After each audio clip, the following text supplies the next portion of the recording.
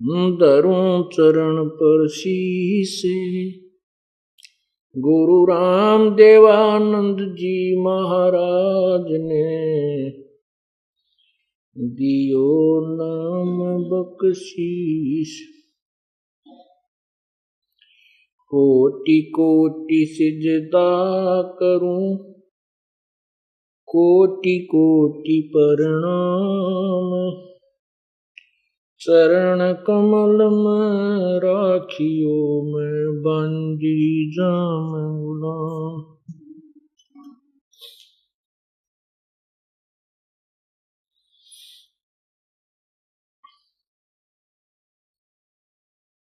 जय इब के सतगुरु मिले,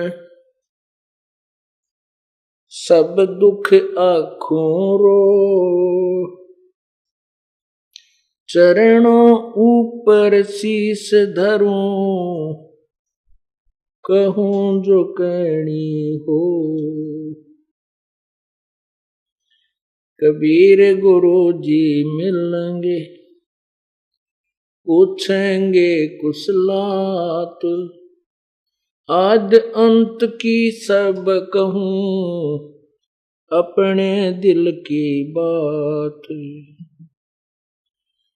गुरु जी तुम ना भूलियो, चाहे लाख लोग मिल जाएं। हमसे तुमको बहुत हैं, तुमसे हमको नहीं।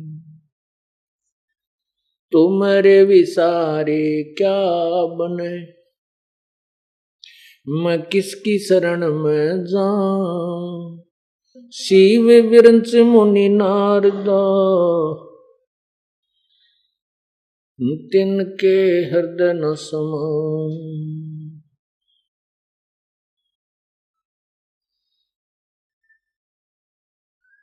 अवगुण किए तो बहुत किए, करत न मानी हार। बावे बंदा बख्श दियो, बावे गर्दन उतार। अवगुण मेरे बाप जी, बख्शो गरीब नवाज। जो मैं पूत कपूत हूँ, बर पिता को लाज।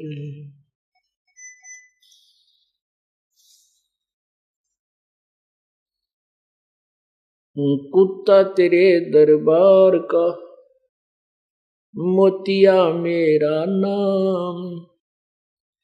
गले प्रेम की रस्सी, जा खींचो वहां जाऊं। तो करो तो बावड़ू,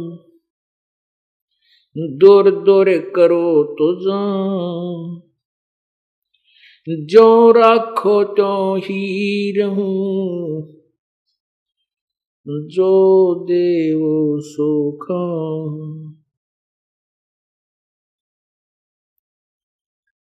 बंदी छोड़ दयाल जी, तुम तक हमारी दौड़। जैसे कागज हाज का, सोजत और न ठोर। परमपिता परमात्मा सारी सृष्टि के रचनहार कुल मालिक कबीर परमेश्वर स्वयं ही एक तत्वदर्शी संत की भूमिका करते हैं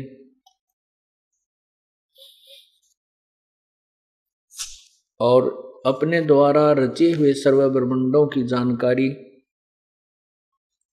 स्वयं ही आकर देते हैं।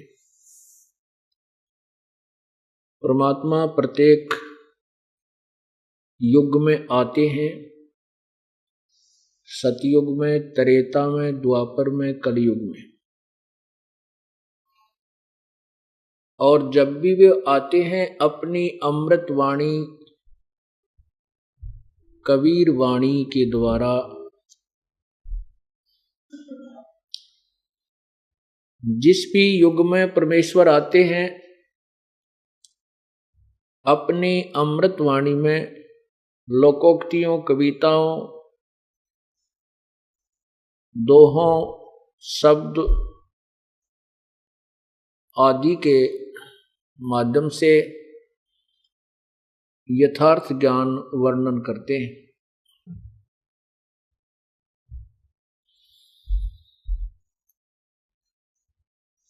उसी परंपरागत, उसी सिलसिले में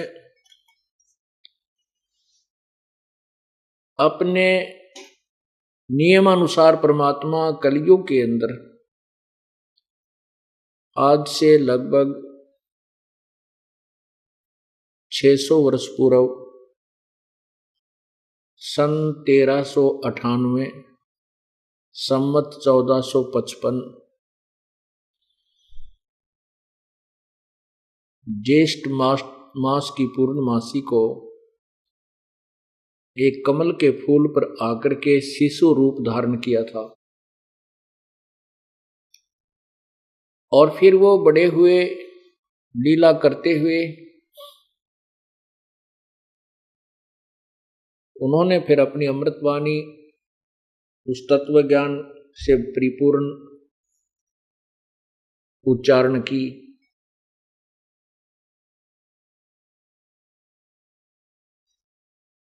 अपने साक्षी बनाने के लिए कि मैं परमात्मा हूं, कबीर परमेश्वर ने, मैं ही सारे ब्रह्मांडों का रचनहार हूं, इसलिए कुछ पुण्यात्माओं को अपने स्वधाम को दिखाया। फिर उन पुण्यात्माओं ने अपनी आंखों देखा जो परमात्मा की महिमा, परमात्मा की कालोक और प्रभु की शक्ति, उन्होंने भी अपनी अमृतवाणी में वर्णन किया।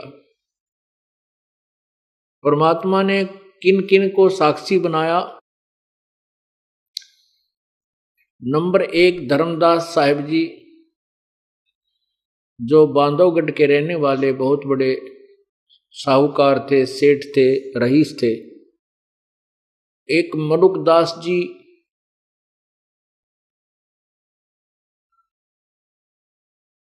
और संत दादू साहिब जी, संत घीसा साहिब जी, संत नानक साहिब जी, संत गरीबदास साहिब जी, इन महापुरुषों को अपने निज स्थान को दिखाया। फिर उन्होंने भी अपने भगवान कबीर परमात्मा की महिमा और सर्व ब्रह्मांडों की रचना अपनी अमृतवाणी में साक्षी रूप में बोली, उच्चारण की। उन महापुरुषों की वाणी, अमृतवाणी भी लिपिबद्ध की गई जो आज हमारे पास उपलब्ध है, जिसमें उन्होंने प्रमाणित किया है कि वो कबीर परमात्मा है, जो काशी में जुलाहा रूप धारण करके धानक की भूमिका करके एक लीला की थी, वही पूर्ण प्रभु है। गुरु ग्रंथ साहिब में नानक साहिब जी की वाणी महला पहला, राग श्री, पृष्ठ 24-24, उसमें लिखा है कि नानक साहिब जी ने जब देखा सतलोक में परमात्मा को, और वही स्वरूप काशी बनारस में एक धानक जुलाहे की लीला कर रहा है, वहां कपड़ा बुनते हुए देखा, तब उन्होंने कहा था, नानक साहिब ने कहा था, फाई सूरत मलुकी वेश, ए ठगवाड़ा ठगी देश, खरा सियाणा भोता भार, ये धानक रूप रहा करतार। नानक साहिब कहते हैं कि ये ठगवाड़ा ठगी देश और खरा सियाणा भोता भार, ये धानक रूप रहा करतार। एक बहुत ही ज्यादा प्रेम जब हो जाता है, उसमें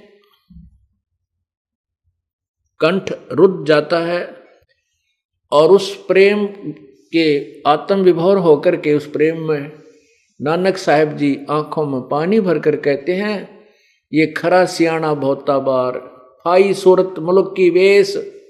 ये बहुत सुंदर जो शरीर है, सूरत है, सुंदर शरीर, सूरत शकल, ये जो मनमोहन सूरत सामने बैठी है, और यहां आकर के इसने यहां मुल्क वाले, अब यहां आकर के इसने दुल्हे का रूप धारण कर लिया, मेरे को मिले जिंदा महात्मा के रूप में, और सतलोक में देखा इसी को परमेश्वर रूप में। तब कहा था, फाई सूरत मुल्क की वेश, ए ठगवाड़ा ठगी देश, और खरा सियाणा बहुता बार, ये धानक रूप रहा करता। अब उस समय नानक साहब की बात पर किसी ने विश्वास नहीं किया कि दानक अर्थात ये जुलाहा रूप में जो कार्यरत है ये पूर्ण परमात्मा है।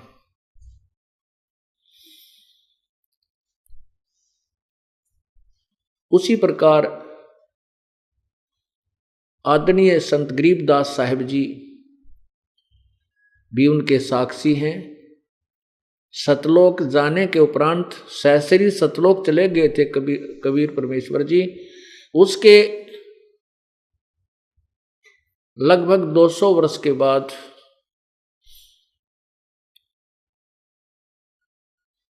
सतलोक से चलकर सहसरी राय जिंदा वाले ही स्वरूप में, जिंदा महात्मा, और गरीबदास जी की आत्मा को, गरीबदास जी के जीव को भी सतलोक लेकर गए। फिर सर्व ब्रह्मांडों की व्यवस्था दिखाई, ब्रह्मा विष्णु महेश के लोक दिखाए, और फिर उनको वापस शरीर में छोड़ा था। उसके बाद आदरणीय गरीबदास साहिब जी ने भी उस परमेश्वर कबीर जी की विशेष महिमा अपनी अमृतवाणी में गाई। ये गवाह बन गए। इस कलयुग में अब वो समय आ गया है कि पूरी पृथ्वी पर, पूरे विश्व में यदि कोई भगवान चाहने वाली आत्मा है तो इस भक्ति को करेगा, चाहे वो हिंदू है, मुसलमान है, सिख या ईसाई या जैनी, कोई भी है, जिसको परमात्मा की चाह है। और जिसने परमात्मा नहीं चाहिए वो तो पहले भी बहुत रहे हैं और आगे भी ऐसे भटकते रहेंगे। परमात्मा ने उसी समय जब वो प्रकट हुए थे, आज से 500-600 वर्ष पहले, अपनी अमृतवाणी में लिख दिया था धर्मदास, एक समय आएगा कलयुग में लगभग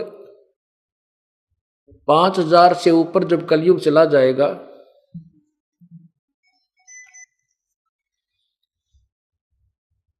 उस समय पूरी पृथ्वी पर एक मेरा ही ज्ञान रहेगा। पूरा विश्व यही साधना किया करेगा जो मोक्षदायक है। और साथ में ये भी कहा था धर्मदास जी को कि धर्मदास तो लाख दुहाई, ये सार ज्ञान कहीं बार ना जाई। एक सार शब्द है, एक सार ज्ञान है। सार ज्ञान कहो, तत्व ज्ञान कहो, क्योंकि परमात्मा ने तो धर्मदास जी को सब बता दिया था कि ब्रह्मा विष्णु महेश के माता पिता ये हैं, और ये जन्म मृत्यु के अंदर है, ये अविनाशी नहीं है, ये पूज्य नहीं है। ये भी किसी और परमात्मा की पूजा करते हैं, लेकिन ये भी असमंजस में है कि पूर्ण परमात्मा कौन है, इनको तत्व ज्ञान नहीं है। इसके लिए आप देखिएगा श्रीमद् देवी भागवत, श्रीमद् देवी पुराण, देवी पुराण, शक्ति पुराण, प्रथम स्कंद, गीता प्रेस गोरखपुर से प्रकाशित, पृष्ठ 28-29 पर, गीता प्रेस गोरखपुर से प्रकाशित देवी पुराण प्रथम स्कंद,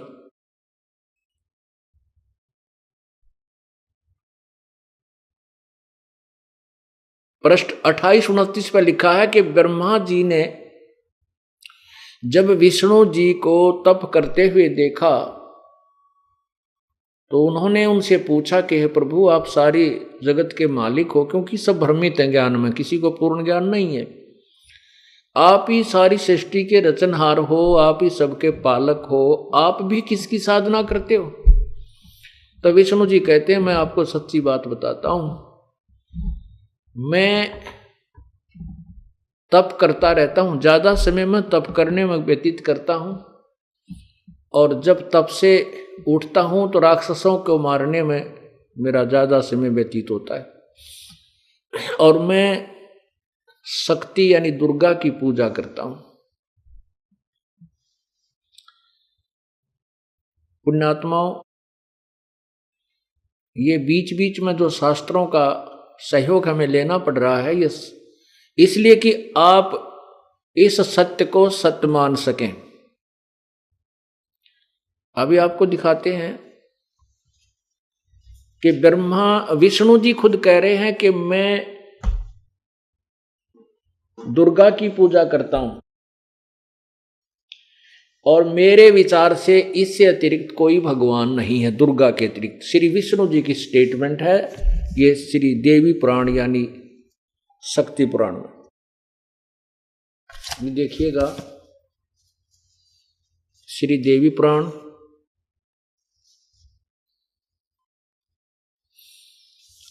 और ये कहां से प्रकाशित है? गीता प्रेस गोरखपुर से।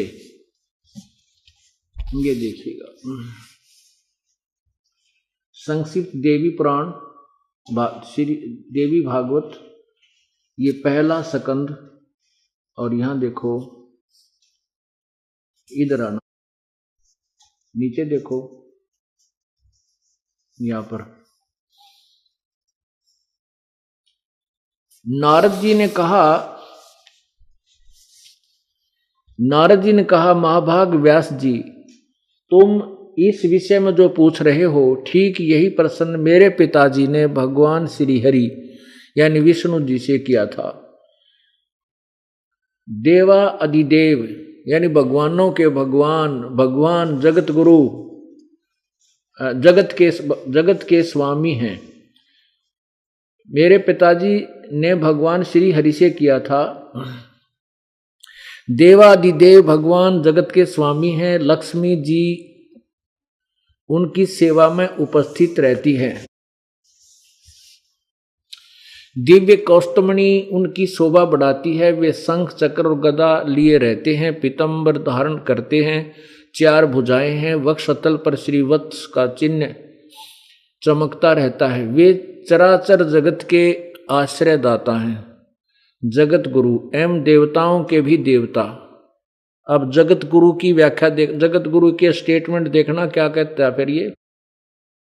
ऐसे जगत प्रभु भगवान श्री हरि महान तप कर रहे थे, यानी घोर तप कर रहे थे। उनकी समाधि लगी थी। यह देखकर मेरे पिता ब्रह्मा जी को बड़ा आश्चर्य हुआ। यहां देखो,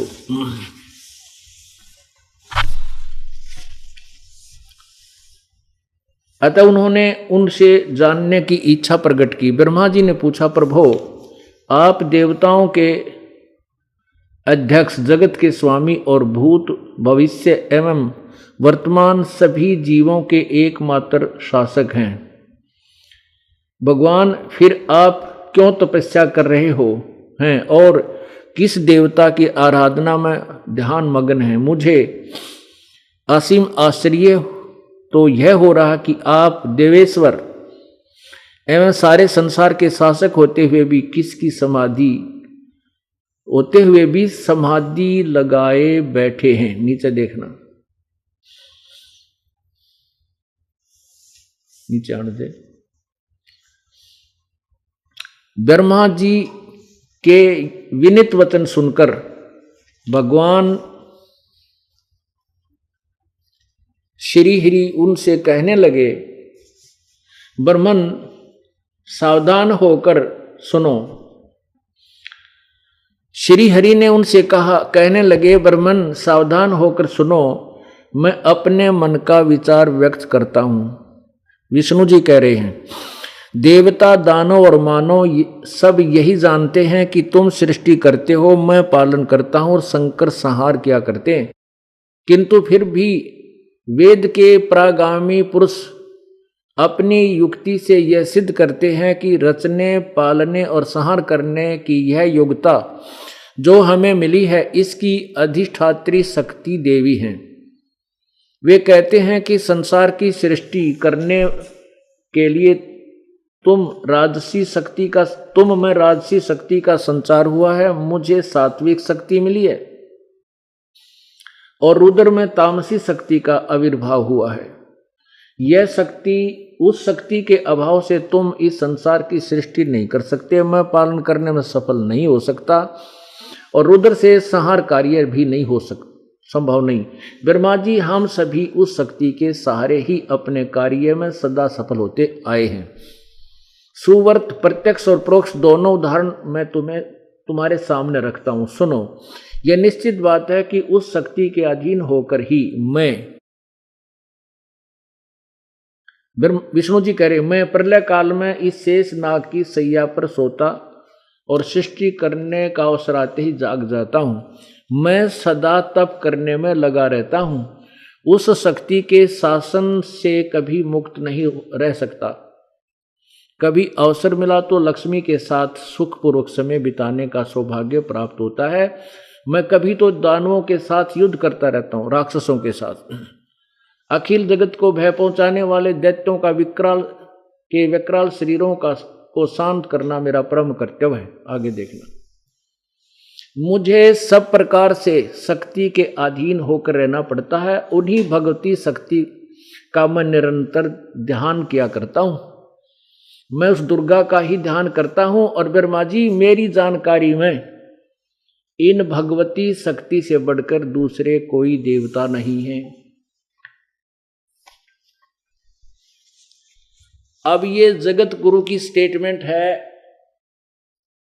और ब्रह्मा जी इनको सर्वशक्तिमान, देवेश्वर, सब देवों के देव भगवान विष्णु को कितनी महिमा दे रहे हैं। और विष्णु जी वो जगत गुरु, यानी जगत गुरु का अर्थ होता सबको सच्चा ज्ञान देने वाला। तो भगवान विष्णु को जगत गुरु कहा गया, और जगत गुरु जी कह रहे हैं कि मैं तो घोर तप करता रहता हूं, और मैं दुर्गा शक्ति यानी देवी का ध्यान करता हूं, और मेरे विचार में इस दुर्गा से ऊपर कोई भगवान नहीं है। अब पुण्यात्माओं, उन ऋषियों और महर्षियों को कहां से ज्ञान होगा जब इन भगवानों को ज्ञान नहीं, जिसको हम सर्वेश्वर, सर्वज्ञ, सबके जाननहार, भूत भविष्य वर्तमान के जाननहार माना करते थे। यदि ये स्टेटमेंट ये दास सीधा कह देता कि ब्रह्मा विष्णु महेश अल्पज्ञ हैं, इनको ज्ञान नहीं है आध्यात्मिक, तो बहुत ज्यादा भक्त आत्मा नाराज हो जाते हैं और शायद सत्संग सुनने भी नहीं आते जो नए नए आए हैं। और जब सामने ये प्रत्यक्ष देख लिया अपने सदग्रंथों में, फिर ये मन जो है सेट हो जाता है। जो बुद्धिमान होते हैं वो क्या करते हैं, देवी भागवत महापुराण का ये सकंद नोट करेंगे, पेज नंबर नोट करेंगे, फिर जा करके अपने घर में मिलाएंगे, अपने घर पर रखे सदग्रंथों से। और फिर उनको यही स्टेटमेंट मिलेगी, यहाँ कोई डुप्लीकेट थोड़ी बनाकर प्रचार किया जा रहा है, वही बाजार से खरीद कर हम लाए। फिर वो पुण्यात्मा स्तब्ध रह जाते हैं और अगली बार स्वयं तो आते ही आते हैं, दो चारों को और संग लेकर आते हैं कि चलो सच्चा ज्ञान है तो पृथ्वी पर सतलोक आश्रम बरवाला और करौथा में ही है। और ये ज्ञान दिया किसने है, पूर्ण परमात्मा कबीर परमेश्वर ने। इसी देवी पुराण में लिखा है कि सतयुग में ऋषि महर्षि जो होते थे वो वेदों के बड़े अच्छे ज्ञाता होते थे और वो देवी की पूजा करा करते। अरे तरह गजब। अब आपको ये तो विश्वास हो गया कि कबीर परमेश्वर के अतिरिक्त या उनसे परिचित संत जो उनको देख चुके आंखों से, उसके अतिरिक्त पृथ्वी पर किसी के पास ज्ञान नहीं है कि वो कोरा अज्ञान ढो रहे हैं। आदरणीय गरीबदास साहिब जी की वाणी में आपको परमात्मा की महिमा सुनाते हैं।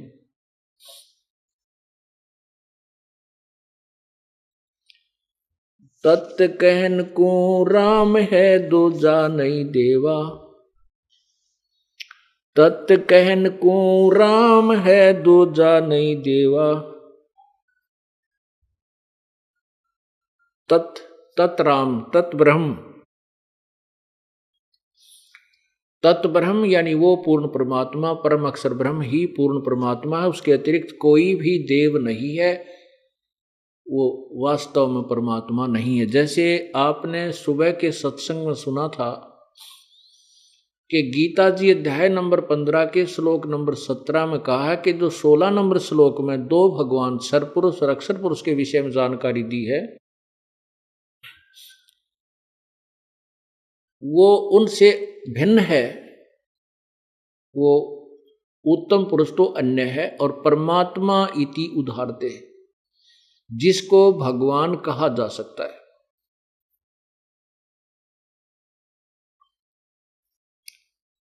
अपुण्यात्मा विशेष एक एक शब्द जो होते हैं सदग्रंथों के, वो बहुत गहराई और रहस्य से भरे हुए होते हैं। उनको तत्वदर्शी संत ही बता समझा सकता है। जन साधारण या ये ऋषि महर्षि जिनको हम बड़े विद्वान माना करते थे, ये तो बिल्कुल बालकांते भी गए गुजरा ज्ञान था इनका। ये भक्ति मार्ग से कति अपरिचित थे। हठ योग, सिद्धियां प्राप्ति करना, इनका यही अज्ञानता का मार्ग था। इसी कारण से ये हुआ बाई का ज्ञान जनता को देकर चले गए।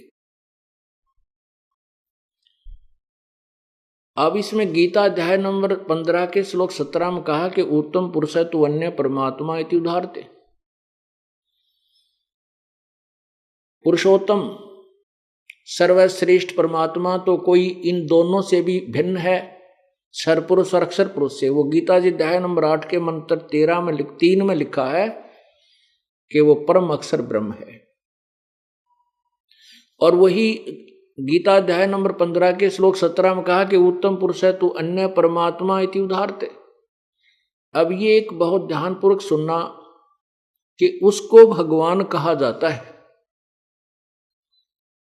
और वही तीनों लोकों में प्रवेश करके सबका धारण पोषण करता है। वो अविनाशी परमात्मा है। जैसे आपने परमात्मा की वाणी सुनी थी, इस झूठे सुख को सुख कहे ये मान रहा मन मोद, ये सकल चबीना काल का कुछ मुख में कुछ गोद। अब हम भगवान राम परमात्मा इन सभी को कहते हैं। विष्णु जी भी भगवान हैं, शंकर जी भी भगवान हैं, ब्रह्मा जी भी भगवान हैं, परमात्मा है। और सरपुरुष ज्योति निरंजन भी भगवान है, अक्षर पुरुष भी भगवान है।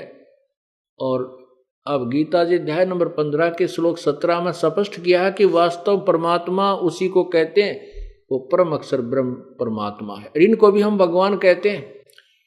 इनको भी स्वामी, भगवान माने स्वामी, मालिक, प्रभु, ईश, गॉड, अल्लाह, खुदा, ये उसी परमेश्वर के पर्यायवाची और भाषा भिन्न नाम हैं। श्री विष्णु पुराण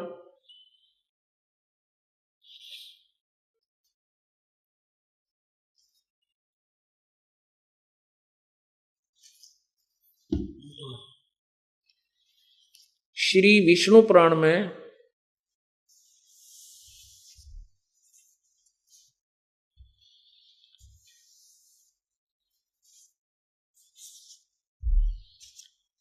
श्री विष्णु पुराण में कहा है कि विष्णु जी का प्रथम रूप तो पुरुष है, पुरुष माने प्रभु। वो फर्स्ट इंप्रेशन तो लगे है जैसे भगवान जैसा है। अब यहां विष्णु जी विष्णु पुराण में इस काल को इस काल को विष्णु कहते हैं। कहा क्योंकि ये अपने वास्तविक रूप में जो गीता जी का ज्ञान देते समय अर्जुन को जो वास्तविक रूप दिखाया कि मैं काल हूं, मेरा ये स्वरूप है, गीता जी के अध्याय नंबर 11 के श्लोक 32 में, और 47-48 में श्लोक में कहा है अध्याय 11 के में कि अर्जुन ये मेरा जो काल रूप है तेरे अतिरिक्त पहले किसी ने नहीं देखा, और ना किसी वेदों से, और ना कोई आगे देख सकता, और ना किसी क्रिया से, ना वेदों से, ना जप तप से, ना किसी यज्ञ से मेरे इस रूप को नहीं देख सकता। गीता जी अध्याय नंबर 7 के श्लोक 24-25 में स्पष्ट किया है कि ये मेरा एक अटल नियम है, अविनाशी नियम है कि मैं कभी अपने यथार्थ रूप में किसी के सामने नहीं आता, अपनी योग माया से छुपा रहता हूं। उसी के लिए ये काल क्या करता है, किसी को विष्णु रूप में दर्शन देता है, किसी को ब्रह्मा रूप में दर्शन देता है, किसी को शिव रूप में दर्शन देता है। इसलिए ये ऋषिजन भ्रमित होकर के इसी काल के पुत्र विष्णु या शिव या ब्रह्मा को ही भगवान और सर्वशक्तिमान मानने लगे। अब यहां विष्णु पुराण का वक्ता ने विष्णु को यानी उस काल को ही विष्णु मानकर उसकी महिमा कही, और आगे चल के इसी में कहा कि उस विष्णु ब्रह्मा विष्णु महेश से और परमात्मा है, और उससे उस अन्य परमात्मा है जो यहाँ का कंट्रोलर है। और फिर बताया है कि इस ब्रह्मा विष्णु महेश और प्रकृति से और काल ब्रह्म से भी एक और परमात्मा है। ऐसे ये उलझ पुलझ ज्ञान इनके पास था। यहां पर ये विष्णु जी को, उस काल को विष्णु कहकर संबोधित कर रहा है श्री विष्णु पुराण का वक्ता श्री पाराशर ऋषि। इसमें कहा कि विष्णु जी का प्रथम रूप तो भगवान है, पुरुष है, और उसका परम रूप काल है। काल उसका परम रूप है। ये देखिएगा श्री विष्णु पुराण गीता प्रेस गोरखपुर से प्रकाशित, श्री विष्णु पुराण नीचे देखिएगा श्री गीता प्रेस गोरखपुर से प्रकाशित, इसके अध्याय नंबर 2, ये देखिएगा अध्याय नंबर 2, ये है अध्याय नंबर 2, और पृष्ठ इधर देखना, ये प्रश्न नंबर 4, और नीचे इधर देखना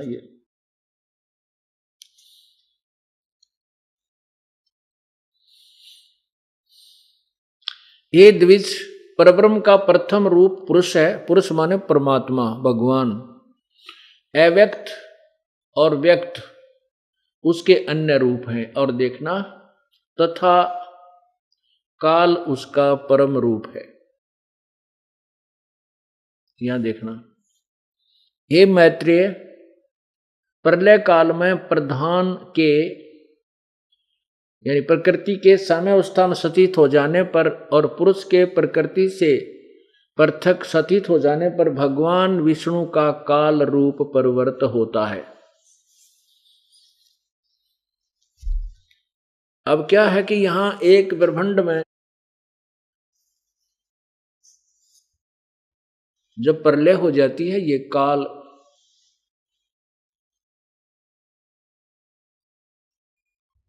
काल ये क्या करता है कि जैसे एक ब्रह्मांड के अंदर रचना करके तीनों पुत्रों की उत्पत्ति करके दुर्गा को सारी बागडोर संभाल के ये इससे अलग होकर के अपने 21वें ब्रह्मांड में बैठ जाता है। वह इसके ये अपने काल रूप में विद्यमान रहता है और नीचे के लोकों में आता है तो ये अपना शरीर बदल लेता है। अभी आपने श्री विष्णु पुराण अध्याय नंबर 2 पृष्ठ नंबर 4 पर पढ़ा कि श्री विष्णु जी का प्रथम रूप तो पुरुष है, पुरुष मान प्रभु। ये भगवान जैसा लगता है, और काल इसका परम रूप है। काल इसका असली रूप है, सही रूप तो इसका काल है, और वैसे ही वो भगवान जैसा दिखाई देता है। अब जो दास आपको प्रूव करना चाहता था पवित्र गीता जी अध्याय नंबर 15 के श्लोक 17 को, कि उत्तम पुरुष तु अन्य परमात्मा इति उदाहरत।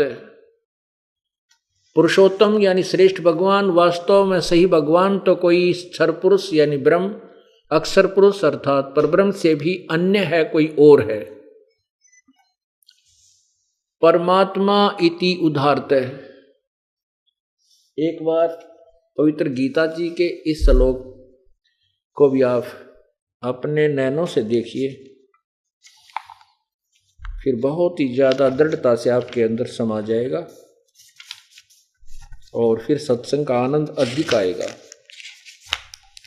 ये देखिएगा पवित्र गीता जी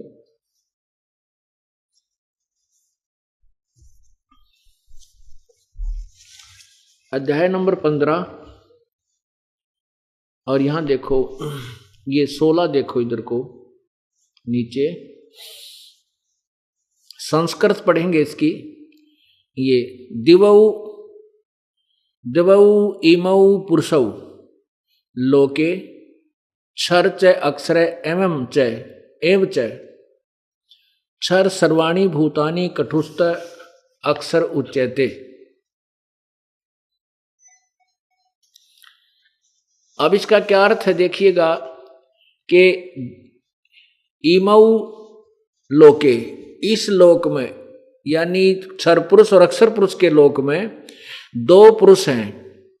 ये इमौ लोके, इस लोक क्षर पुरुष और अक्षर पुरुष का जो लोक है ये पृथ्वी वाला लोक कहलाता है। वेदों में निर्णायक ज्ञान है इसका। तो यहां बताया कि इस पृथ्वी वाले लोक में दो प्रभु हैं। पुरुषौ माने द्वौ माने दो, पुरुषौ माने प्रभु हैं। ये भी परमात्मा यानी भगवान कहलाते हैं, परमात्मा कहलाते हैं। क्षर पुरुष और अक्षर पुरुष, ये क्षर पुरुष, ये पुरुषों दो पुरुषों हैं, इस क्षर के साथ लगेगा। क्षर पुरुष और अक्षर पुरुष दो पुरुष हैं, और इनके लोकों में ये जीवात्मा तो अविनाशी है, शरीर इन सबके नाशवान है। यह देखना संस्कृत अनुवाद देखना, इस संसार में नाशवान और विनाशी भी ये दो प्रकार के पुरुष हैं। पुरुष माने प्रभु हैं। पुण्यात्मा, आज सब शिक्षित समाज है, बुजुर्ग भी, बहन बेटी भाई बच्चे नौजवान सभी बच्चे शिक्षित हैं, और ये संस्कृत और हिंदी दोनों अपने पास उपलब्ध है। इसमें कहा है कि इस संसार में नाशवान और विनाशी भी ये दो प्रकार के पुरुष हैं, भगवान हैं।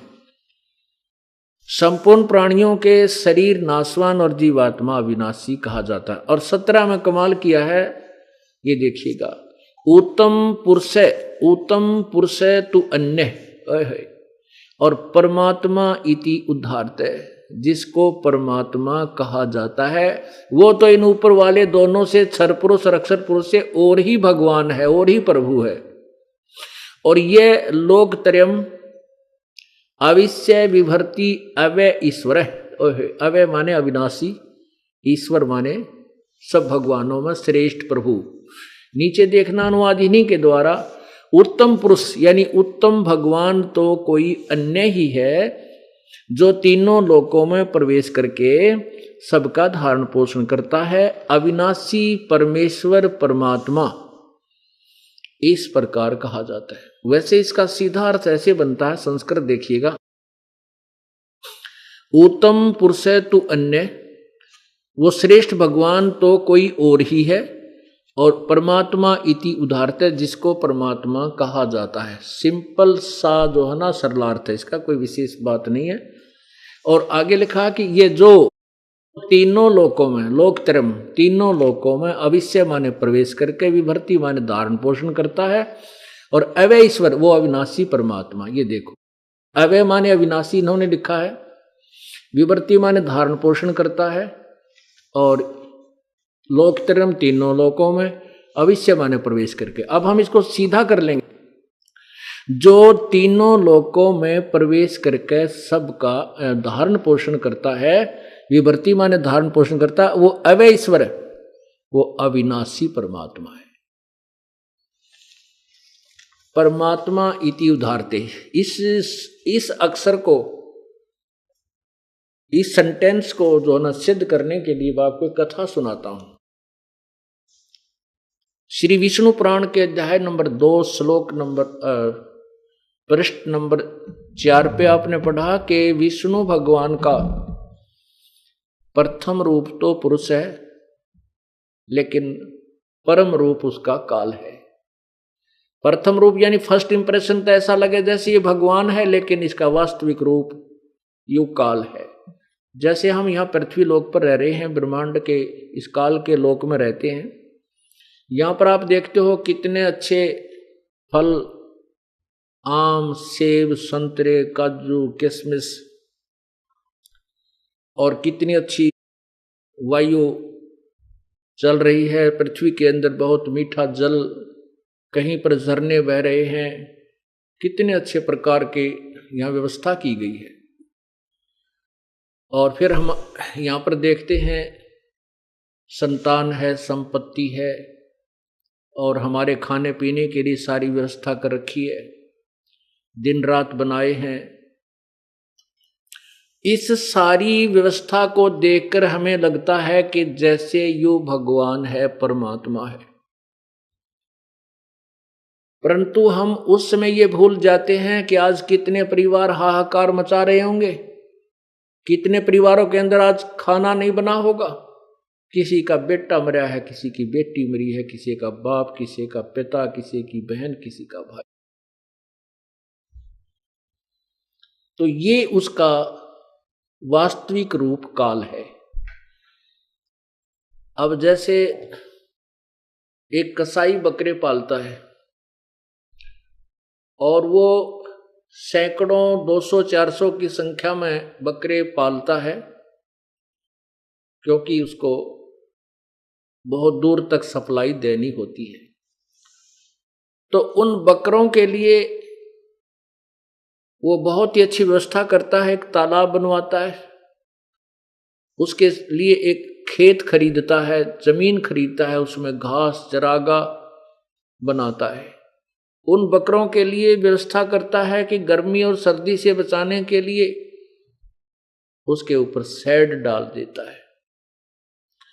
और वो बकरे कसाई जब आता है, बकरों को देखता है, बकरे समझते हैं कि ये जो व्यक्ति है ये हमारा मालिक, हमारा स्वामी बहुत दयालु है, हमारे लिए कितनी व्यवस्था करता है, खाने की, पीने की, गर्मी सर्दी से बचने की, हिंसक पशुओं से बचाने के लिए चारों तरफ चार द्वारी बनाता है। तो उस कसाई को वो अबोध बकरे, वो प्राणी अपना दयालु मालिक मानते हैं। उनकी बुद्धि इतना काम नहीं करती कि ये तुम्हारे अंदर से ही निकाल कर ले जाता है और वो वापस फिर नहीं आते।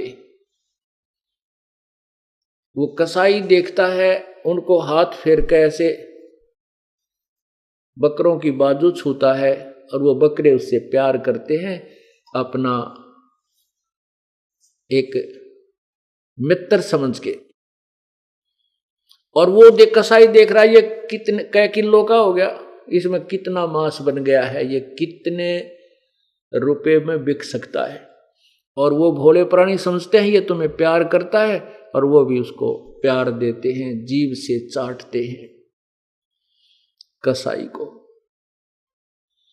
पुण्यात्माओं, शाम के समय, दिन में जब भी आवश्यकता पड़ती है, वो कसाई नहीं देखता ये किसका बेटा है, किसकी बेटी है, किसकी माँ है, किसका बाप है, किसका भाई है। वो तो लाठी लेकर 5, 7, 10 जितने उसको आवश्यकता है बाहर कटवाने की, उनको डंडे से हाँक कर अलग छांट ले जाता, कान पकड़ पकड़ के, और गाड़ी में ठूस देता है, जाके कड़च करवा देता है।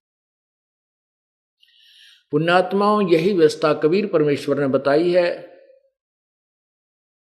कि काल कसाई हंसत है ये सर्वलोक को खाए।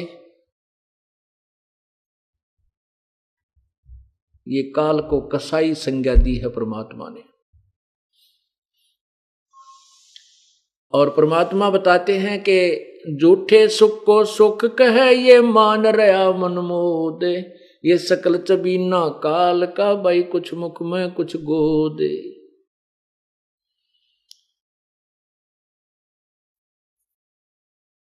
परमात्मा का अर्थ होता है वास्तव में भगवान उसे कहते हैं जो हमें खाने पीने की व्यवस्था सब सुविधा फ्री दे और कोई कष्ट नहीं देता, उसको परमात्मा कहा जाता है।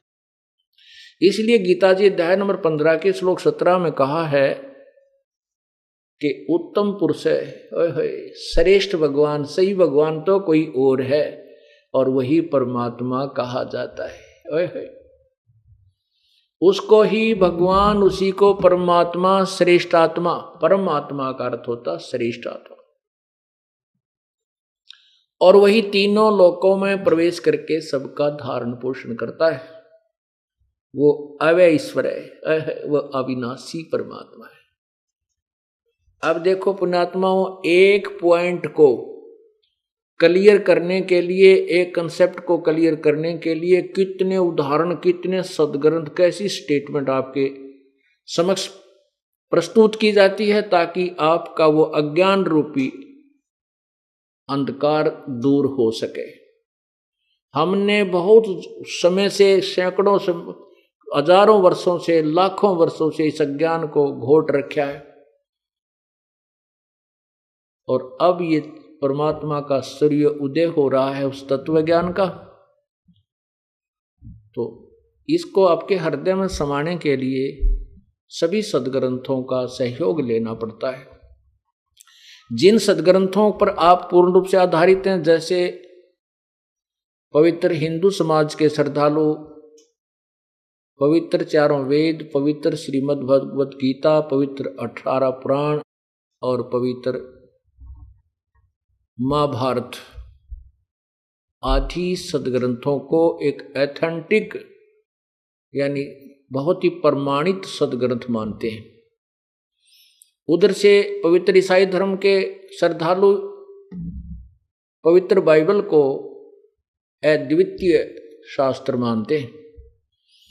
इसी प्रकार मुसलमान धर्म के श्रद्धालु, पवित्र मुसलमान धर्म के श्रद्धालु पवित्र कुरान शरीफ को बहुत ही प्रमाणित शास्त्र मानते हैं। ऐसे ही पवित्र सिख धर्म के श्रद्धालु श्री गुरु ग्रंथ साहिब को एक प्रमाणित शास्त्र मानते हैं। इसलिए ये दास उन प्रमाणित शास्त्रों को ही सबके समक्ष रखता है कि तुम जिसको सत्य मानते हो कि उसमें जो लिखा सही है, वही सही ज्ञान ऐसा है, आपको वो ज्ञान प्राप्त नहीं है अपने ही खजाने से, अपने ही सदग्रंथों से आप परिचित नहीं है।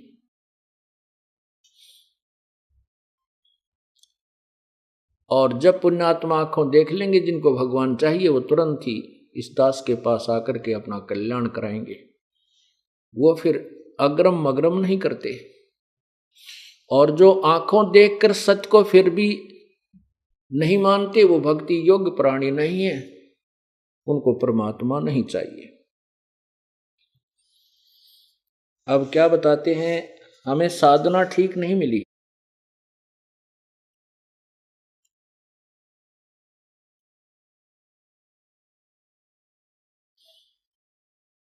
इस कारण से हम अभी तक भ्रम भटक रहे हैं।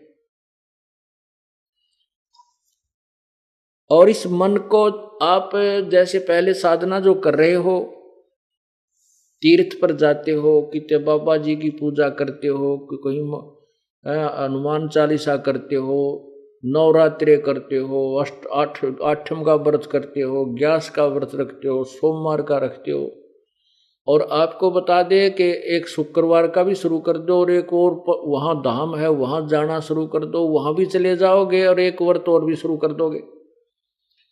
और यदि आपको कहा जाए कि अपने सदग्रंथों में ऐसा लिखा, इन सब पूजाओं को त्याग करके एक परमात्मा की जो विधिवत साधना वो कीजिए, और आंखों देख लोगे कि ये देखो गीता जी में ऐसा लिखा है, पुराणों में ऐसा लिखा है, वेदों में ऐसा लिखा है, सदग्रंथों में ऐसा लिखा है, फिर भी ये मन नहीं मानता। मन क्यों नहीं मानता? क्योंकि मन खुद काल है, ये स्वयं काल है, ये काल का दूत है। आत्मा इसके साथ संयोग कर दिया, आत्मा को ये भ्रमित रखता है, ये डराता रहता है, ऐसे करेगा तेरे बालक मर जाएंगे, ऐसे करेगा तेरे को नुकसान हो जाएगा। इतना पीड़ित किया हुआ इसको मन ने, आत्मा को, अब ये इतनी डरा दी इसने कि जैसे कुत्ते के 2 लठ मार दे और फिर वो कहीं बेचारा पड़ा पड़ा भी कोई जरा सा ऐसे खुटका कर दे, वहीं पड़ा पड़ा रोता है, उठन के भागने की भी उसकी हिम्मत नहीं रहती, वहीं चिल्लाने लग जाता, जरा सी कहीं खुड़का हो जाता। तो हम इतने भयभीत, इतने पीड़ित कर दिए, इतने पीट डाले इस काल ने, युगों युगों से हमारे को सता रखा है। और अब हम इतने डर गए हैं कि कहीं इन पूजाओं को छोड़ दें और हम हमारे हानि हो जाए।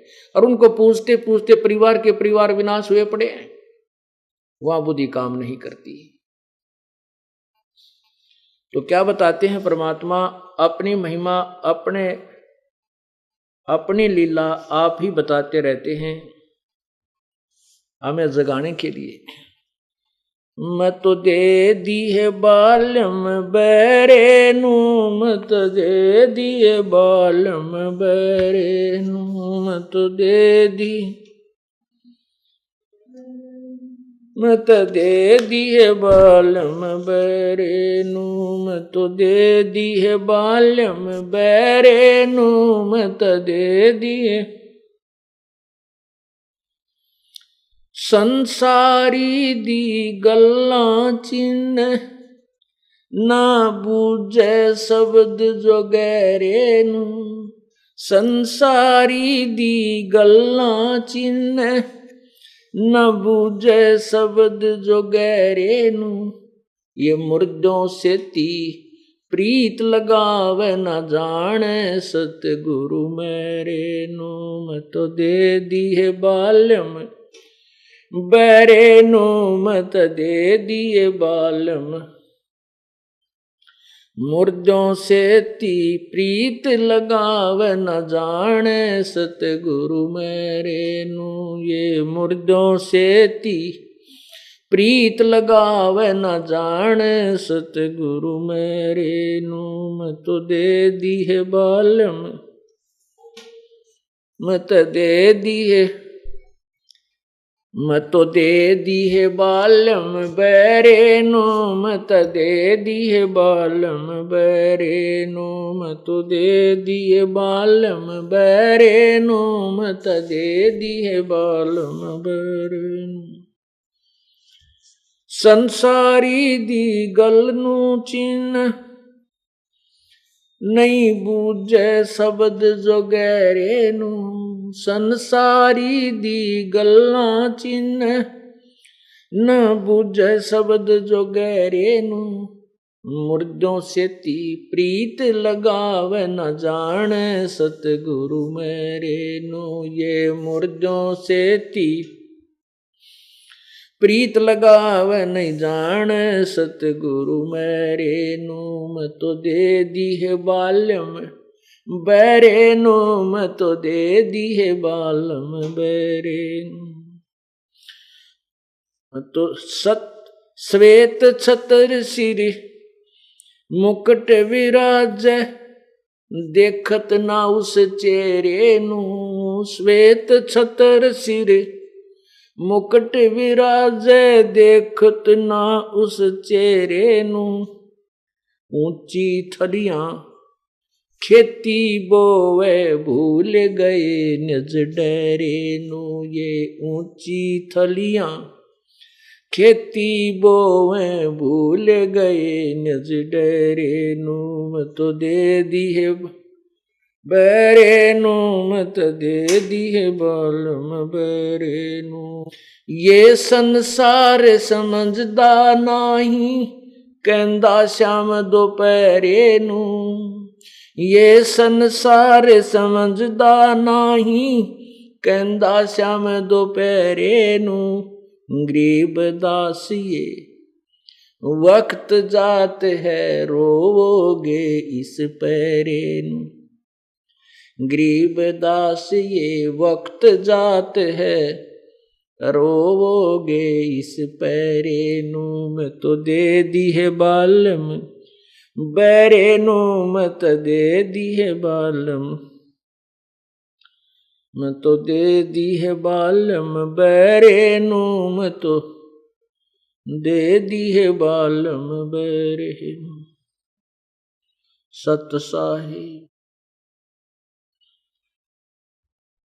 अब परमात्मा अपनी महिमा आप बतावें, कहते हैं ये आत्मा मन के साथ बांध दी और ये इसका मालिक बन बैठा, स्वामी बन बैठा, पति बन गया। और इसको आप गली में खड़े होकर के किसी को ये कहिए कि भाई सत्संग में आवाज लगा के चलेगा, सत्संग में भाई बरवाला सत्संग में जा रहा हूं मैं, तो साथ से कोई दो चार जाएंगे तो बोलेंगे नहीं और न्यों कहेंगे देखो बुद्धू काम छोड़कर तीसरे दिन बाज लेने को चलोगे सत्संग।